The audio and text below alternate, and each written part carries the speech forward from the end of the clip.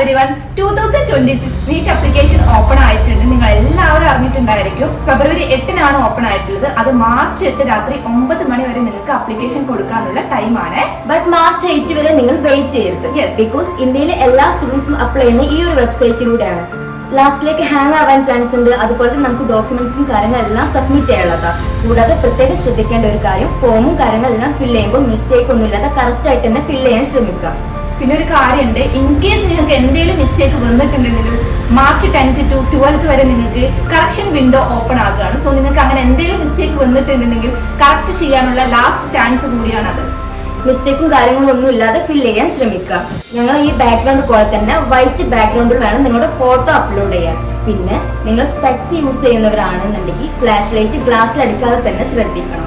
അതുപോലെ തന്നെ ഇമ്പോർട്ടന്റ് ആയിട്ടുള്ള ഒരു കാര്യമാണ്, ഫോട്ടോ എടുക്കുമ്പോൾ പ്രത്യേകിച്ച് ഗേൾസിന്റെ കാര്യമാണ്. സ്കാർഫൊക്കെ ഇടുന്ന പിള്ളേരാണെന്നുണ്ടെങ്കിൽ നിർബന്ധമായിട്ട് അവർ ചെവി പുറത്തോട്ട് കാണുന്ന രീതിയിലായിരിക്കണം ധരിക്കേണ്ടത്. ഹെയർ കഴിയുന്നതും ബാക്കിലോട്ട് കെട്ടുകയാണെന്നുണ്ടെങ്കിൽ വൃത്തിക്ക് അവർക്ക് ചെവി കാണിക്കാൻ സാധിക്കും. പാസ്പോർട്ട് സൈസ് ഫോട്ടോ ആണ് വേണ്ടത്. കൂടെ തന്നെ നിങ്ങളുടെ സിഗ്നേച്ചർ, 10 വിരലിന്റെ ഫിംഗർ പ്രിന്റും വേണം.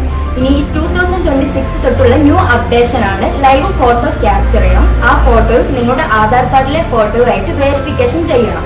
ഇതുകൂടാതെ നിങ്ങൾ 10th സർട്ടിഫിക്കറ്റ് നിങ്ങൾ അപ്ലോഡ് ചെയ്യാൻ ശ്രദ്ധിക്കണം.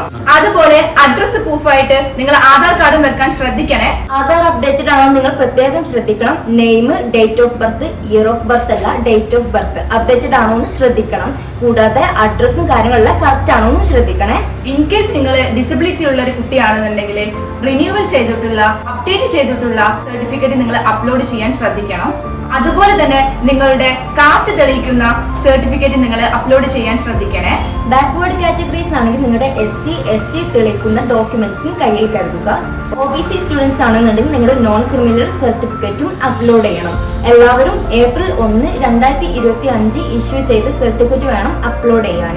പിന്നെ പ്രത്യേകം ശ്രദ്ധിക്കേണ്ട വേറൊരു കാര്യം കൂടെ ഉണ്ട്, നിങ്ങൾ കൊടുക്കുന്ന നെയിം, അതായത് നിങ്ങളുടെ 10th സർട്ടിഫിക്കറ്റിലെ സെയിം നെയിം ആയിരിക്കണം. എന്തെങ്കിലും ചെറിയ മൈന്യൂട്ട് മിസ്റ്റേക്ക് ഉണ്ടെങ്കിൽ അത് നിങ്ങളുടെ ഫിസിക്കൽ വെരിഫിക്കേഷൻ ടൈമിൽ ചെറിയ ബുദ്ധിമുട്ടുണ്ടാക്കിയേക്കാം. അതുപോലെ തന്നെ നിർബന്ധമായിട്ട് നിങ്ങളുടെ സ്വന്തം മൊബൈൽ നമ്പർ തന്നെ നിങ്ങൾ കൊടുക്കാൻ ശ്രദ്ധിക്കുക.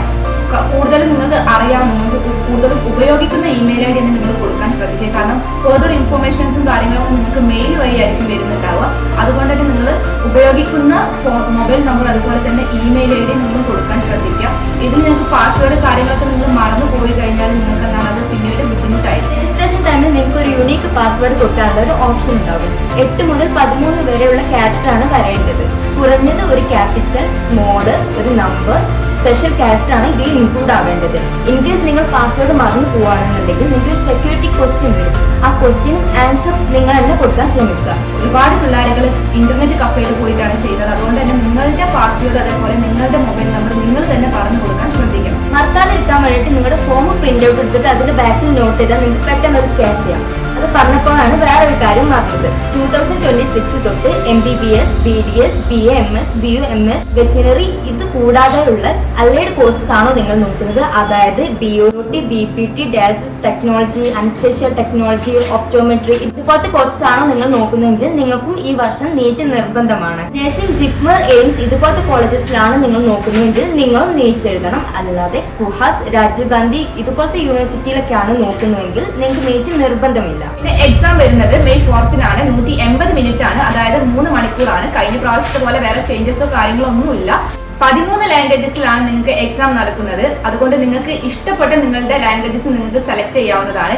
ഇനിയും നിങ്ങൾക്ക് അപ്ലിക്കേഷൻ ഫോം ഫില്ല് ചെയ്യുന്നതിലോ അതല്ലെങ്കിൽ അതിന്റെ പാറ്റേൺസ് അറിയുന്നതിലോ നിങ്ങൾക്ക് എന്തെങ്കിലും ഡൗട്ട്, ഇനി നീറ്റുമായി ബന്ധപ്പെട്ട് നിങ്ങൾക്ക് എന്തെങ്കിലും ഡൗട്ട് നിങ്ങൾക്ക് ഉണ്ടെങ്കിൽ ഞങ്ങളുടെ കൂടെ കൂടിക്കോ. ഫ്യൂച്ചറിന്റെ ഗ്ലോബൽ എഡ്യൂക്കേഷൻ, നിങ്ങളുടെ ഡോക്ടർ എന്ന സ്വപ്നം ഞങ്ങളുടെ കൂടെ നിങ്ങൾക്ക് നേടാം.